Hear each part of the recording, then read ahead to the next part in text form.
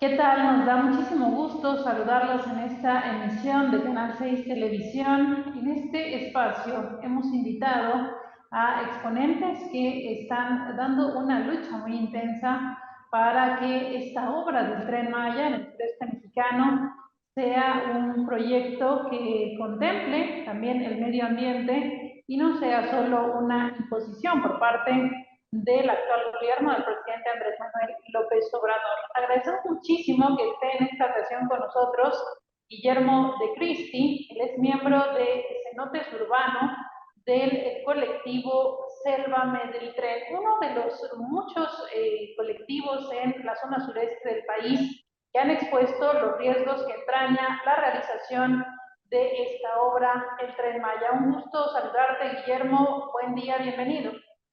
Muchas gracias, buenas tardes.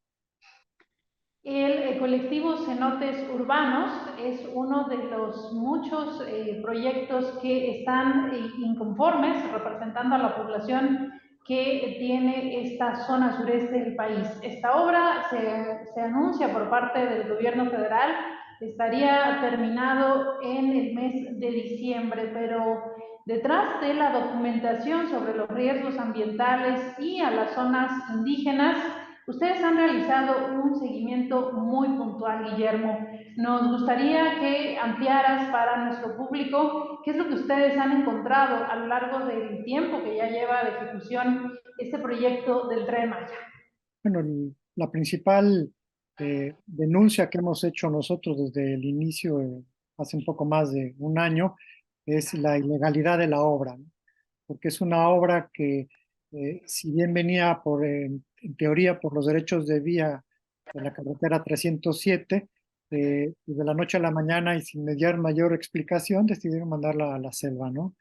Mandaron la obra a la selva sin contar con los manifiestos de impacto ambiental necesarios para iniciar esa obra y sin los permisos de cambio de uso de suelo forestal, que algunos de esos permisos pues, los fueron entregando prácticamente un año después, ¿no? Lo cual es una burla, porque la ley nos dice que cualquier desmonte que se genere sin los cambios de uso de suelo forestal, pues se debería de quedar parada esa obra sin tocar esa área por lo menos durante 20 años.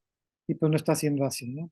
Pues a pesar de muchas denuncias que se han levantado, muchas denuncias ante Profepa, bueno, pues las obras han continuado, ¿no? Se ha alegado mucho el tema de seguridad nacional y con eso han querido, bueno, pues hacer pues salirse del marco legal, sobre todo en las leyes ambientales.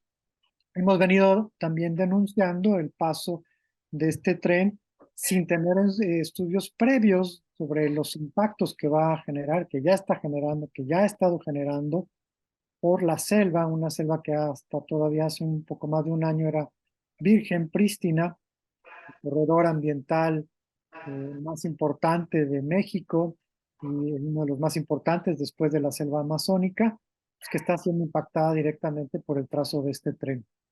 Hemos venido denunciando también que con las características del suelo kárstico de la zona, pues está atravesando cavernas, cenotes, ríos subterráneos, sin tener en cuenta que estas formaciones geológicas, bueno, pues son parte del ecosistema que se tiene aquí, ¿no? Ya van 114 cavernas que se ven directamente impactadas por las obras. El solo hecho de haber desmontado la selva sobre ellas y en torno a ellas, bueno, pues ya las ha impactado, ¿no? Hoy por hoy, pues está la gran cantidad de pilotes que se están construyendo sobre la vía, lo que va a ser el viaducto. Nosotros calculamos alrededor de entre 15,000 y 17,000 pilas de concreto y acero que están atravesando el acuífero. Muchas están siendo atravesadas ya las cavernas, otras las han estado rellenando, pues existe un impacto, ¿no? Eso es claro el impacto que ha existido aquí. Pues hemos venido alzando la voz desde el principio invitándole, pidiéndole al presidente que se baje del helicóptero, que se acerque a ver los impactos de la zona, pues que están afectando el patrimonio biocultural de los mexicanos y del mundo. Y pues Y seguimos a lo largo de todo este tiempo denunciando directamente desde el trazo, pues las obras, las perforaciones, y pues todo aquello que ha estado impactando directamente en el terreno. Guillermo, pero la consigna del presidente Andrés Manuel López Obrador es muy relevante, puesto que es el titular del Ejecutivo, pero también hay dependencias, digamos, que prácticamente también han hecho caso omiso a las advertencias que han realizado los colectivos, entre ellos Sélvame del Tren. ¿Cuáles son esas dependencias que prácticamente dejaron de hacer su trabajo para plegarse a los designios del presidente López Obrador? La Semarnat de entrada y la Profepa. La Profepa que debería ser la que estuviera cuidando que todos estos permisos estén en orden, que todas las afectaciones estén eh, eh, revisando esas afectaciones, y la Semarnat que debería de estar a la vista de que los manifiestos de impacto ambiental realmente cumplieran con los requisitos de ley, ¿no?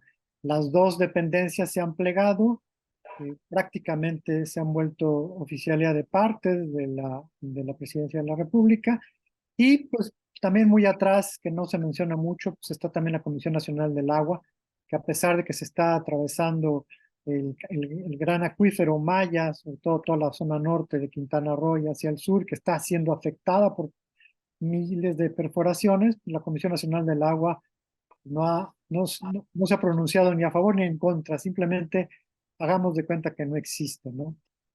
Esas son las principales, eh, este, pues, dependencias medioambientales que deberían de estar cuidando que esta obra se hiciera desde el punto de vista legal como debe de ser, ¿no?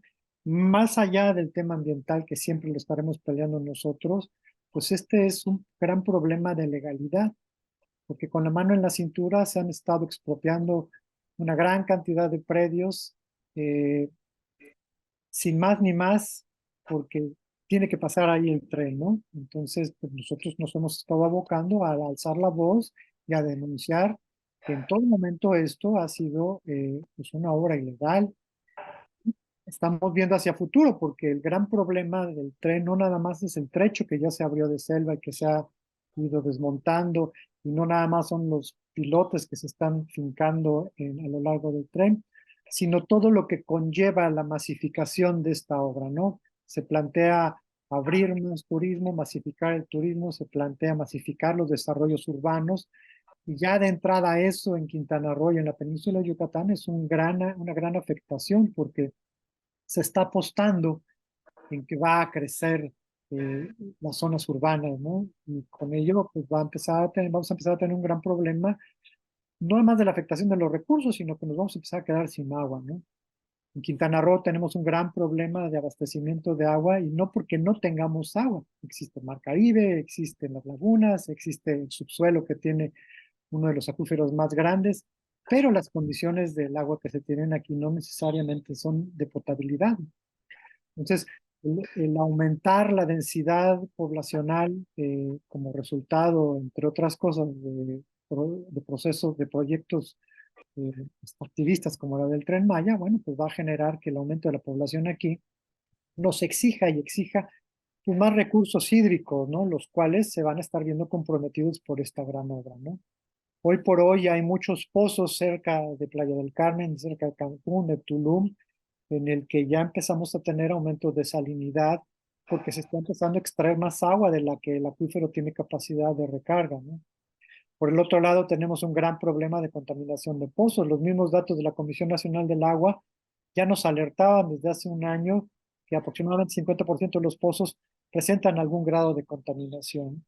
Entonces, nosotros creemos que antes de venir a plantar un tren aquí, a abrir ese tipo de infraestructura, deberíamos de estar resolviendo problemas de contaminación, problemas hídricos, el abastecimiento de estas generaciones y de futuras generaciones, ¿no?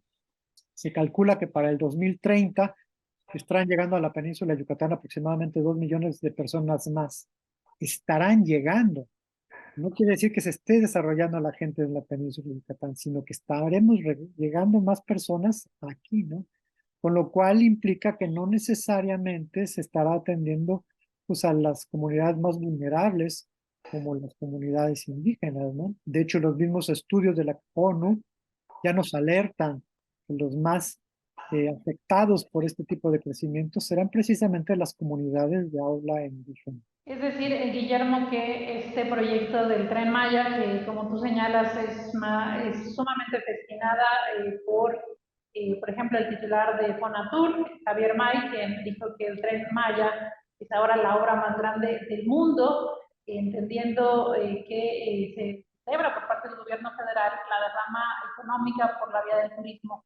Pero de acuerdo con lo que ustedes han recabado, esta obra no representa un progreso económico para las poblaciones indígenas que están en el sureste mexicano, que además es uno de los más altos, sino que más bien se condena a que estas poblaciones estén, por ejemplo, también, digamos, subsistiendo, sobreviviendo, como lo vimos en su momento con los indígenas rarámuris en Chihuahua, con estas comunidades, poblaciones que prácticamente con el paso del Chepe y de otros desarrollos turísticos, pues están ahí prácticamente sobreviviendo. No es una alternativa integral de superación de la pobreza para el sureste. Entonces, Así es, ¿no? No, señor May nos ha querido venir a engañar y engaña a muchas comunidades diciendo que el progreso viene con el tren, ¿no?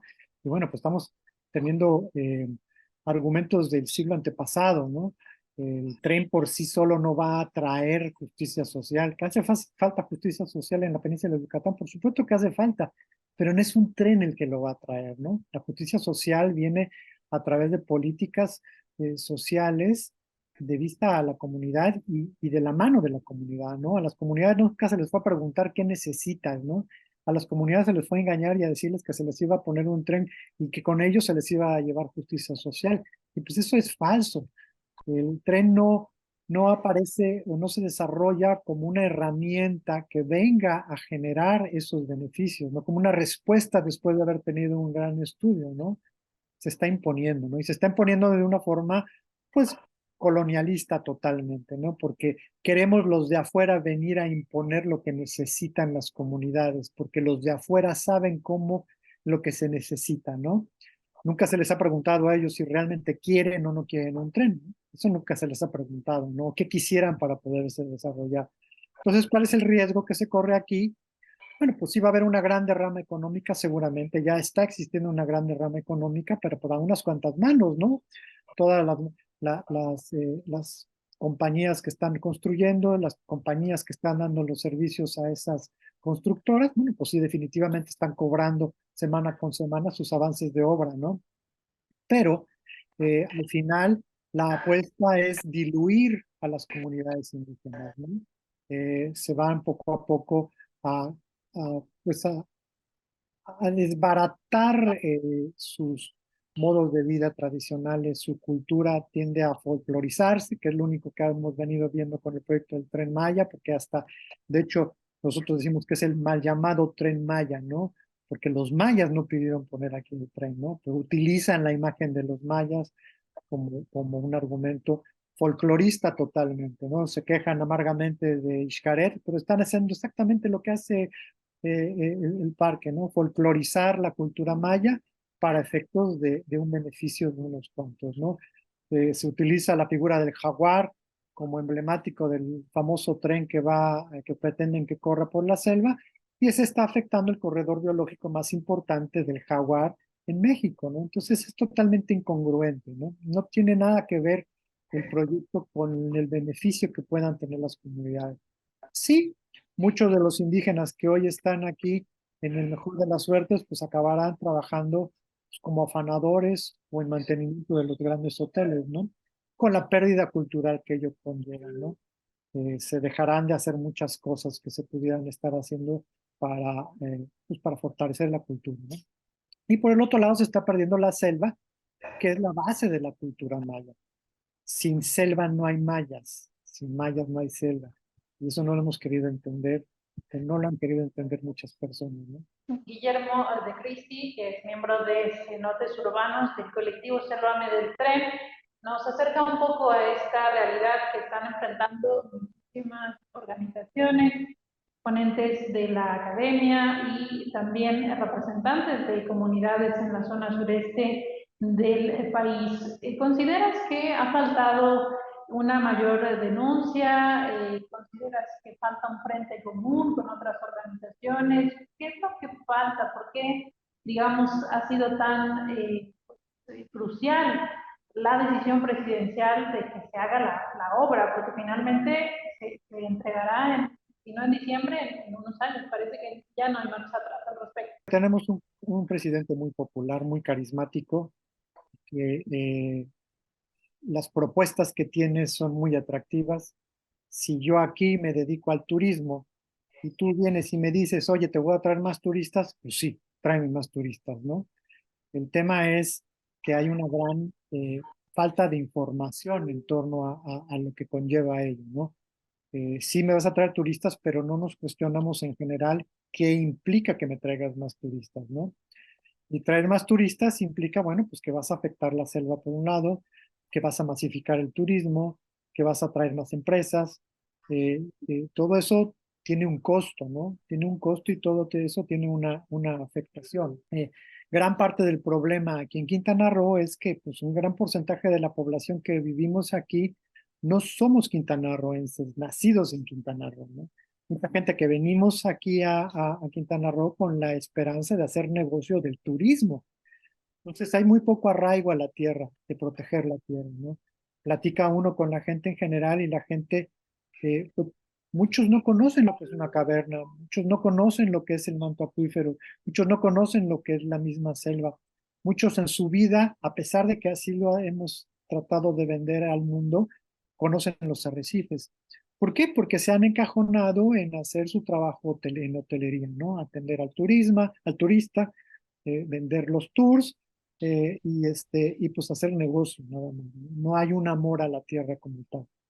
Entonces ese es el gran problema. Parte del trabajo que ha estado generando los urbanos, Selva Mediterránea, otros colectivos, es enseñarle a la gente lo que estamos perdiendo por este tipo de mega obras, ¿no? El gran tema que tenemos también como sociedad es que nos desprendemos mucho de los problemas. Si no es mi problema directo que me afecta en este instante, no me involucro, ¿no? Eh, Mucha gente nos reclama, por ejemplo, ¿por qué no han puesto la voz en el cielo acerca de las porcícolas que están en Yucatán? Pues sí, sí hemos alzado la voz de las porcícolas, ¿no? ¿Por qué? Porque están afectando los mantos acuíferos y las fuentes de agua de muchas comunidades en Yucatán. Bueno, aquí va a pasar exactamente lo mismo. Ya está pasando lo mismo. Mucha de la fuente de agua que tenemos va a ser afectada por las obras del Tren Maya y por la operación y todo lo que conlleva el proyecto del Tren Maya. Entonces, hasta que no se empiecen a dar cuenta de que hay una afectación directa, posiblemente sea cuando volteen, ¿no? Eh, También tal vez podrá ser ya un poco tarde, ¿no? Para detenerlo como tal, pero sí tenemos que hacer ahorita es cambiar un poco la mentalidad. Tenemos que evitar que se masifiquen las manchas urbanas que están creciendo aquí. El tren va a generar crecimiento urbano y entre más crecimiento urbano se tenga, bueno, pues menos disposición de agua vamos a tener, ¿no? Pues te agradecemos muchísimo, Guillermo, la posibilidad de compartir con nuestro público aquí en el Valle de México las implicaciones de esta obra que se ha realizado por una propuesta del presidente López Obrador y pese a la enorme inconformidad que se ha transmitido a lo largo de este tiempo que lleva su realización, parece que esta obra finalmente se impondrá con los riesgos que nos compartes.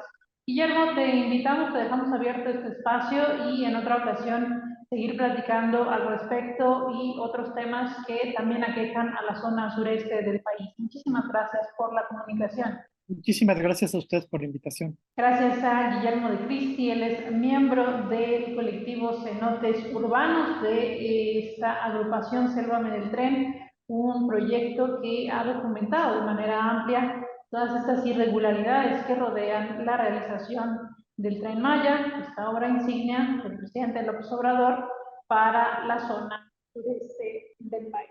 Yo soy Francis Martínez, los espero en otra emisión de este espacio.